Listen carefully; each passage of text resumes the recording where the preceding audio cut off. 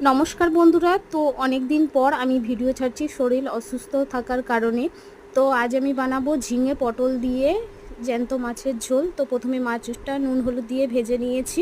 এখন আমি কড়াইতে 5 ফোড়ন, তেজপাতা, কাঁচা লঙ্কা দিয়েছি। তারপর কেটে রাখা বাকি সবজিগুলো দিয়ে কিছুক্ষণ ভেজে নিয়েছি। তারপর দিয়েছি পেঁয়াজটা দিয়ে ভেজে নিয়ে দিয়ে দিয়েছি এখানে একটা টমেটো আর 1 চামচ আদা বাটা। তো এই গরমে পাতলা একটা ঝোল বানাবো, সব কিছু দিয়ে ভালো করে কষিয়ে নেবো। আর দেবো স্বাদ মতো লবণ, হলুদ, জিরে গুঁড়ো, ধনে গুঁড়ো, সব কিছু সুন্দর করে কষিয়ে আমি দিয়ে দেবো এখানে পরিমাণ মতো জল। তো জলটা দিয়ে আমি 15 মিনিট মতো ঢাকা দিয়ে ফুটিয়ে নেব। সব কিছু একটু সিদ্ধ হয়ে আসলে ভেজে রাখা মাছগুলো দিয়ে আরও 15 মিনিট ফুটিয়ে নেব। তারপর নামানোর আগে হাফ চামচ চিনি আর ধনেপাতা কুচোনো আর 1 চামচ ভাজা জিরের গুঁড়ো ছড়িয়ে একটু নাড়িয়ে চাড়িয়ে নামিয়ে নেব। তো রেসিপিটা ভালো লাগলে লাইক, কমেন্ট, শেয়ার ও সাবস্ক্রাইব করে আমার পাশে থাকবে। তো এই গরমে পাতলা ঝোল আমার মাছ